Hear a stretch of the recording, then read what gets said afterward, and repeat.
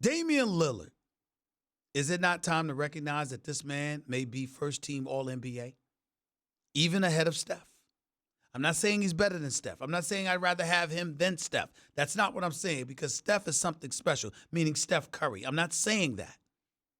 But what I am saying is, based on this year's level of production, when you consider what Damian Lillard has been working with, and when you consider what Steph Curry has been working with, when you consider the fact that Damian Lillard has missed 24 games in 7 years, he's played 96% of the games that he's been available for the Portland Trailblazers in his career. This dude has been a workhorse. He's been he produces. He's averaging 26 and 7. He led Portland to 53 victories this year. It's just undeniable what we're seeing from Damian Lillard. And based on what we're seeing, is it not time to start talking about him as first-team All-NBA for this particular season?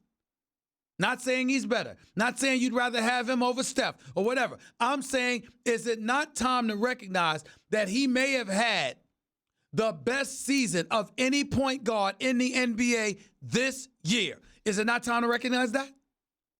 Because I think it is. I think we have to do that. Damian Lillard led the Portland Trailblazers 53 wins. CJ McCollum was out for a little while. Nurkic is out for the rest of the season. What do you have? You got Maurice Harkless, Al-Farouq Aminu, Enes Kanter, Rodney Hood, Evan Turner, Seth Curry, Myers Leonard. I mean, what the hell is Damian Lillard playing with? No disrespect to any of those guys. I mean, his brother's going out there night in, night out and getting it done. And I think when you look at it from that perspective, you simply can't ignore what we're seeing before our very eyes, what's transpiring as we speak. Somehow, some way, at some point, we're going to have to stand up and pay attention. We're going to have to take this a little bit more seriously on two fronts. Number one, the ascension of Damian Lillard. And number two, the potential demise of Russell Westbrook. Now, I believe in Russell Westbrook. I think Russell Westbrook is a superstar. I think he's the most athletic point guard we've ever seen in NBA history. I think he's an athletic freak of nature. His speed, his agility, his athleticism, he's unstoppable. He can do what he wants to do outside of hitting threes. But it's undeniable what's taking place in this series. In this series, Russell Westbrook is shooting 10% from three-point range, 1 for 10. In this series, he's just not playing well. Guarded by Damian Lillard directly last night, he shot 3 of 13 from the field during the times that Lillard was guarding him.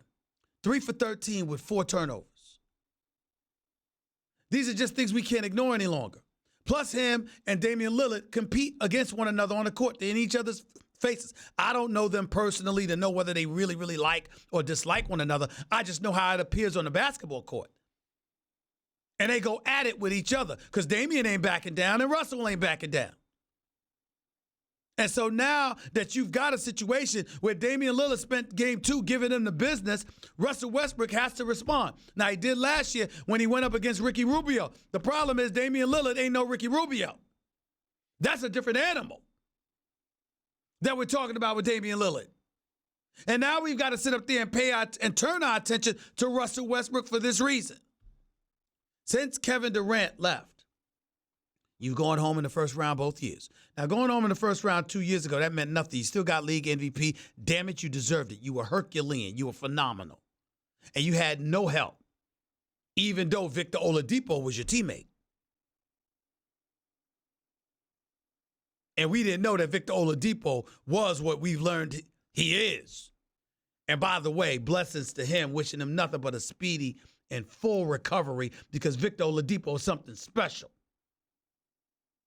But we didn't know that when he was in Oklahoma City. We just knew he was good. But you went home in the first round. And then last year, you lost to Utah with Paul George. You lost to Utah with Paul George. And then last night, Paul George shows up, hit us 11 and 20 shots.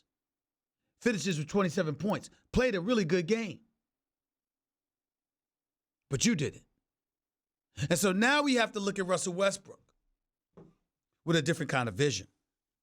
We got to start asking ourselves, if you're Russell Westbrook,